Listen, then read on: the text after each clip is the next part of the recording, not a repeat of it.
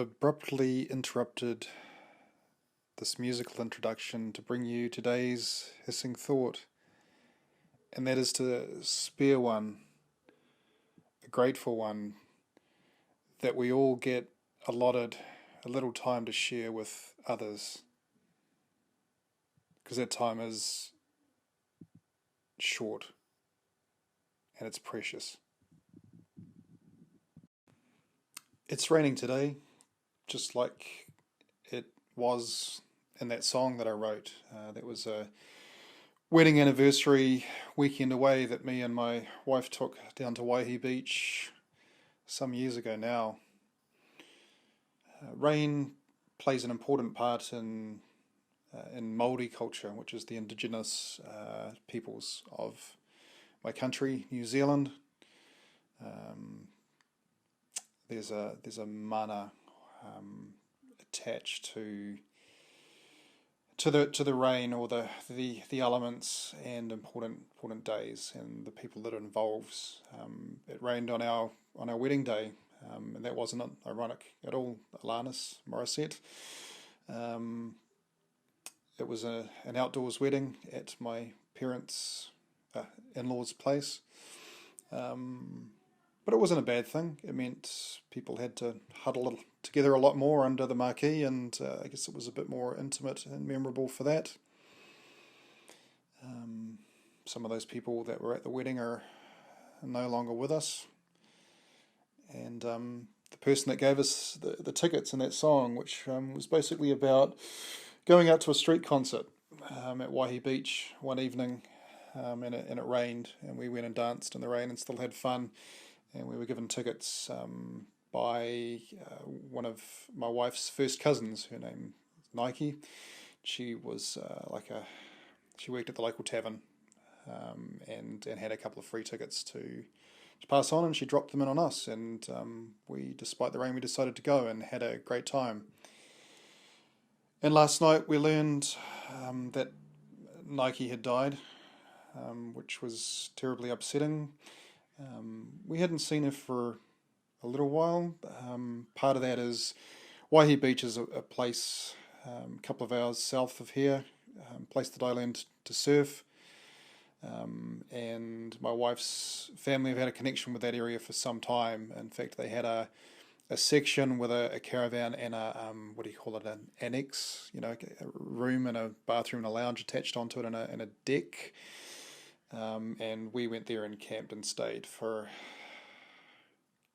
gosh, was it a couple of decades? It might have been. So we've had that connection, and that's when we would catch up with that side of her family. And Nike was of Maori blood. My wife's uncle married a Maori lady, and so that's where that line comes in. And the skies are certainly crying today. We don't know too much. It's still a bit early in the information side of things, but from what we can gather is it was unexpected. She was having some respiratory issues and called the healthline that's set up for COVID here by the government, and she was advised to urgently get an ambulance and get to hospital. And it sounds like, unfortunately, she passed in the ambulance on the way to hospital. And well, how do you deal with a funeral in general when your country's in emergency state lockdown?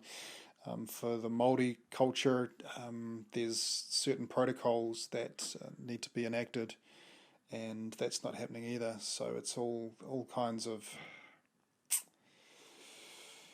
unfortunateness. I'm partly sharing this to be present and remember her memory. Like, he wasn't that much older than me and my wife. I guess she's in her early 50s. She had, I don't know how many children actually. It was hard to keep up.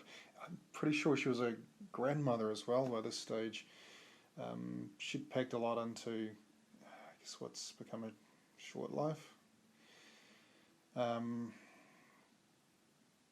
But she was so chill. I mean, she dealt with a lot of shit in her time, but just a pleasure to be around. We travelled overseas with her and hung out and stuff. Just a really lovely person to be around. Had a really philosophical head on her.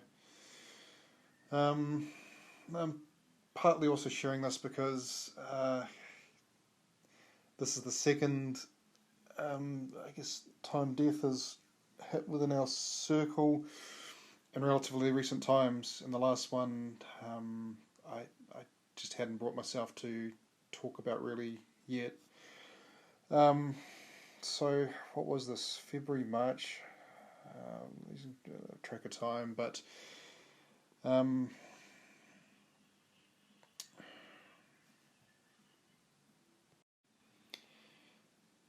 and my wife and a bunch of friends were, I guess, fortunate enough to take an adventure holiday just at the start of the year, just before COVID hit.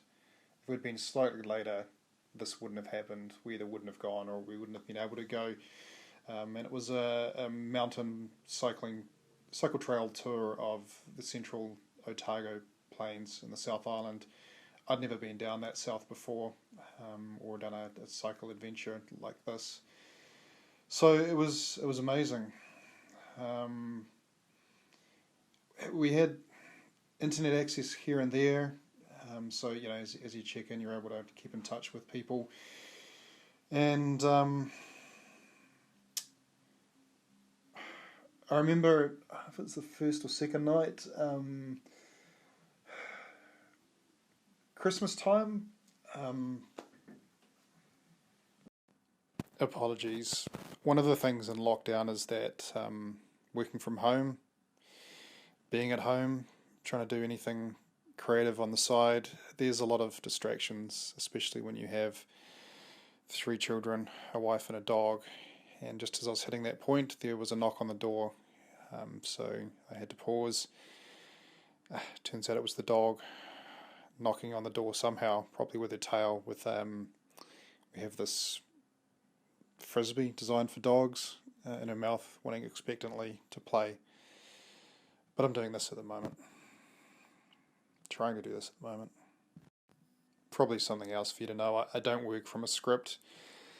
I've got a writing background. I can write, and maybe I'm even better now at delivering scripts after many years of vlogging and social media communication. What was the point of that comment? Oh, to say that possibly going to ramble. I don't have this all written down. If I write a script, I'm probably not going to write a script. I'm probably not going to do this podcast. It's just I've got way too many things on. And I know that doing a script will slow me down. And as I say, I'm going to get into a couple of things that I've not talked about before. And with the interruptions and everything going on, I still might not get there. But let's have another go. Alright, speaking of more interruptions, hopefully you can't hear the Kelly Clarkson blasting on the radio in the background. Let's assume not. No, it's not going to get flagged for copyright. Alright, so I just need to jump back to Christmas time, late December. Christmas for me and my immediate family here, we normally spend it with my in-laws. They do a lovely lunch, and that's a tradition we've had going, and my parents are a lot more easygoing around that. We used to try and fit both in on the same day, as well as some extended families, and it just caused all sorts of stress. So my parents are of the opinion, so long as we catch up with them at some stage around that period, that's all good. So often we do an early or late Christmas with my parents, and I'm the eldest son. I have 2 brothers and their families, partners. So we did late Christmas this year, and you know how it is with families sometimes, that time of year and stress and so on. Added to that, my parents run a campground in the coastal community where they live, which is a stressful thing as well. So the first morning through to the night we had an amazing time, and then just due to a bunch of stressful things, it we wound up leaving the next day, which is unfortunate. I did put out a vlog just based on that, the fun that we had in the first bit, because that's what I wanted to have as a memory. And then we bailed. And then I hadn't really spoken to my parents. That's not to imply that any of this was their fault or whatever, but there's just some family tension that was left, and I didn't reach out until we had started the cycle tour, just to let my mother, I texted her, know that we were underway and that we might be out of communication for some time. So it was just getting back in touch, which I'm glad I did. The next morning I had a call from my mother. This is like 6 o'clock in the morning, which is never a good thing. And we got the bad news that my brother's partner, Kelsey, had died. Kelsey had been present at the family gathering at Christmas time. She was in the vlog, and I'd taken photos of her and her. She had 3 kids. We'd seen a newspaper article the morning, the night before, just before going to bed, that someone had drowned up north, and it was her. I'd seen her Snapchat where she was headed out to the beach. She was always going to one beach or another with her kids. She spent a lot of time with them. So what had happened, I'll try and tell this as best as I know. My brother was already out at the beach. He was there with his dog Panda, I think. I don't know if his son was there as well. And they were down one end of the beach. Kelsey been with her kids. They'd been swimming and all sorts, and then they were fishing, surf casting off the beach. And I think her eldest child went to, you go into the water a bit to cast. Bailey's Beach is it's a west coast beach up where near where I grew up. Her daughter is, let's say, how old would she be? I don't even know if she's a teenager.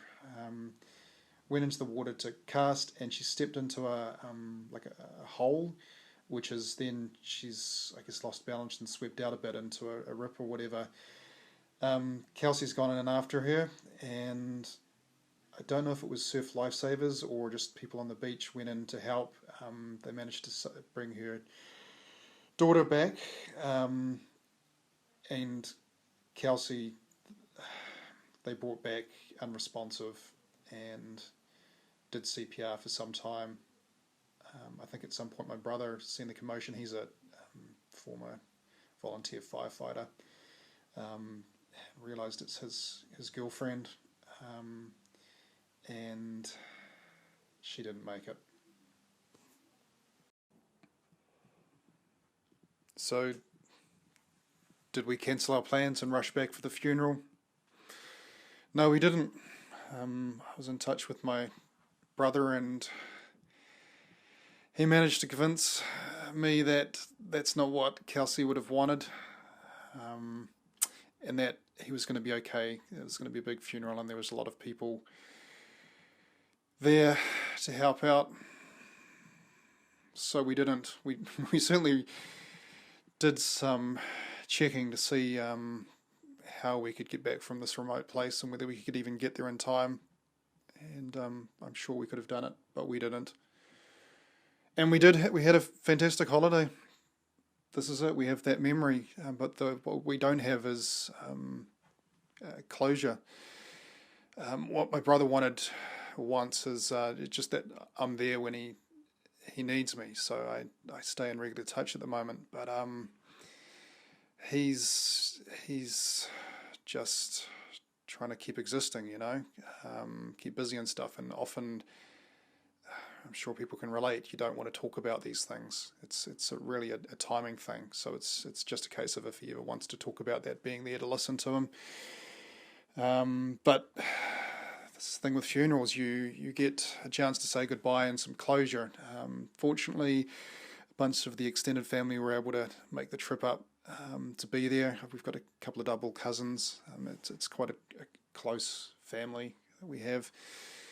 I'm not trying to imply that I knew Kelsey extremely well. She'd been around for some years. I can't remember how many, but it was just in the last year that my brother had started introducing her to the wider family. She was present at, turned up for his birthday, which is when obviously me and the rest of the family make the trip and join. She was there for our extended family Christmas, and she was there for the Christmas with my parents that I mentioned earlier. And I'm glad that I was able to get video and photos of her and her kids as well as part of that. And she was just so chill. It was a lovely person to have around. And I've got to say, in a wider family setting, having someone that doesn't is just so easy to get along with and doesn't cause trouble for your family is a blessing. So we miss that, and we miss the chance that there wasn't any closure for me and my wife there. We had to break the news to my kids as well while we were down in the South Island. So doing that via a phone call was hard as well, because they knew her and they knew her kids, and death's an upsetting thing to deal with. That beach, it's been there since my childhood memories. Used to go there to swim or collect shellfish or fish, or just play on the sand dunes there. It's wild and it's rugged, and it's kind of beautiful like that. But it is dangerous. I nearly drowned there myself years ago. I was with my two brothers. They're good surfers. I'm not. I was just getting to the point where I was getting a lot more comfortable with it. And I guess my brother thought it would be a good idea to go out in post-storm conditions where it's quite rough and rugged. And my old board, I was trying to get out back. It's a big, thick board. You can't really duck dive with it, so you got to just dive under the waves and let the leg rope pull the board in behind you. When you go, it's sort of that style, especially when the waves get a bit bigger. And unfortunately, the leg rope snapped on one of the waves. And as I was trying to get to the board again, because you're out quite far in rough conditions, you don't want to be in places like that without either a board or flippers or something like that. Big wave got me. And it was so close. I could have drowned as well. I got to the point where I was breathing in water like it was oxygen. My brain had convinced me that it was okay to breathe. I actually wrote a song about it.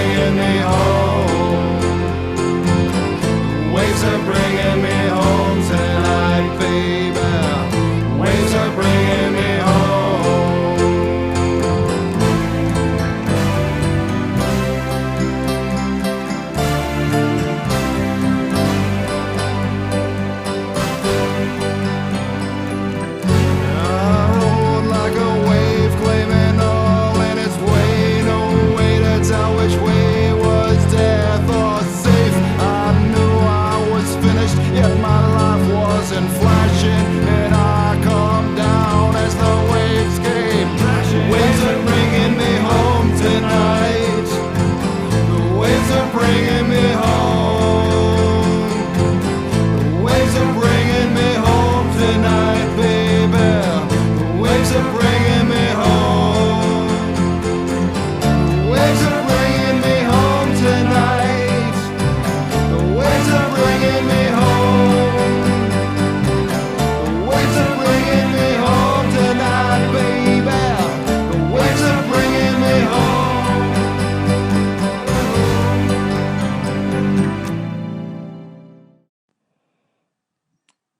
So yeah, when you're, I don't know if anybody's ever experienced themselves, but you're in a big wave like that and you've got no idea what direction to go. You don't know where the surface is and where the bottom is. At the point where it was probably over for me, I found the bottom of the ocean, um, and I was able to push up out of that and breathe. Then I got caught by another wave, but uh, if you know waves, I don't know. I'm on a group of I'm on an island. I'm surrounded by water, so you have to deal with water here some way. But if you go underneath the wave enough, there's not the intensity. Um, and I was able to then just I had no board that had already gotten to the shore. This is the thing, I could see my little brother. He was already in the shore, and he could see my board and no brother. So I guess seeing his reaction, but at that stage I was able to start going in with the waves. The waves took me back in, and I made it to shore, and it swallowed a lot of water. It was that close. I know how close it is between life and death sometimes, or that time. It is timing, and I'm lucky. Kelsey wasn't. Okay, now we get to another bit that is kind of painful, and I haven't discussed before. So late December, um, sort of a tradition that we've had going on with another family and their kids. We go to an amazing place on the Coromandel Peninsula, which is less than a couple of hours from Auckland here. It's beautiful. There's a place nearby called Cathedral Cove. Just the water's amazing and so on. We've been going there for a few years. And one of the days, me and my second daughter, my middle child, were out in the water there. It's not a surf beach really at all. But this day there were some waves, and we were just on bodyboards, I think, to start with, and then we were swimming. It was a great time. And there's surf lifesavers there. There's a tower we were swimming right in front of. And then I don't know what happened. Just next minute we're out of it. We realize we can't touch the bottom anymore. This all happened very quickly. And my daughter starts panicking. And she wants to grab onto me basically. I have saved people from the surf before, and I know that them panicking is going to get get you in trouble as well. So that was very much at the forefront of my mind, and I'm telling her, no, just go onto your back. Let's just tread some water, because realizing we'd been pulled into some sort of rip, and we were still in it. We were seeing the shore disappear. We were out quite a bit by that stage, and she's starting to panic, and I'm trying to keep calm, and realizing that I'm in a rip and that I can't fight this. So with a rip, you need to go with it basically until it spits you out, which can be a scary thing because you can wind up a long way out. Surfers will use rips to get out the back of the waves, but when you're there with your daughter, who is 14, it's actually a terrifying thing. So I don't want her to hold on to me, but we're at that stage. There's surf lifesavers behind us, so I turn around and I start waving to get attention, and they don't notice me. And the waves pass by. So there's that bit where you can't see them when you're in that little recess of a wave. And then I wave a second time, and I still don't think they see me, but my wife sees me on the shore, and so things start to set into motion there. And by the third time I wave, geez, when I was a kid and you're told about waving for lifesavers, that, or maybe it was the movies, the third time you go under. So while this is happening, I'm trying to get their attention, trying to keep attention on my daughter as well, because again, you can get pulled apart pretty easily. this is how it happens. It's all very quick and so on. By the third time, I can see a lifeguard has noticed, and he's calmly walking to the whatever, getting into action. And then from that bit, he swam out to us. He had a rope with a one of the little buoy things on them that they have, and got her on that. And we were safe by that stage. It was a massive relief, I have to say, because we, your adrenaline kicks in response to these things, and it's all very quickly exhausted. And he said to me, "It's okay, you can hang on as well." Like he had flippers on, and it was just so easy for him to. This is a fit guy who can pull through and get us to safety. And so I just held on for the ride as well, and just so thankful. I mean, got to the shore, shook his hand and thanked him. Um, just a normal day for him, I guess. But and then we're on the shore, and we're right in front of the lifeguards. It seems amazing that they didn't shut the beach down. We sat there for a bit longer and watched other people get into trouble as well, but no one else had to be rescued. And I'm just so this gave me I lost sleep over this because I like to think I'm strong enough and even if there'd been no surf lifesavers there, that I could have got us out of trouble.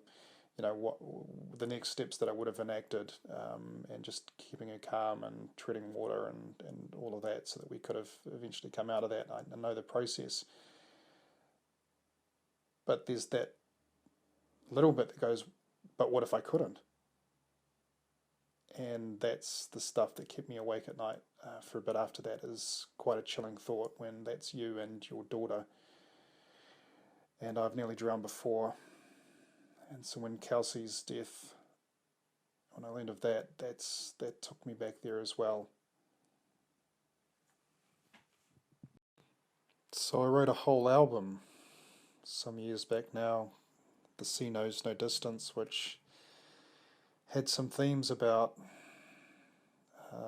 being scared of the ocean, being scared of the water, but still getting out in it anyway, still having fun. There's metaphors wound up in that, but I guess the ocean reminds me that it is a powerful force and still to be feared. But life wasn't done yet with hammering home today's hissing thought. It was not so long ago, just recently, that I got another call from my mother. And my nephew Ashton was in hospital. This is the son of my brother who lost his girlfriend, Kelsey. And he'd had a motorbike accident, and long story short, fortunately, he's okay. He's broke his leg in 6 places. There were complicating factors along the way that caused us great concern, and this was as COVID was taking off, and a hospital is not the sort of place you want to be at the moment. But he's okay. He's at home now. He's got a long recovery, but again, that timing, that could have been so close, could have been another tragedy. So I get it. Life, you're constantly reminding me about the fragility of us, and to be grateful. To be grateful that we are alive and we get to spend it with people and connect, whether that's for a short time or whatever, but to value it. So there you go. That was today's hissing thoughts.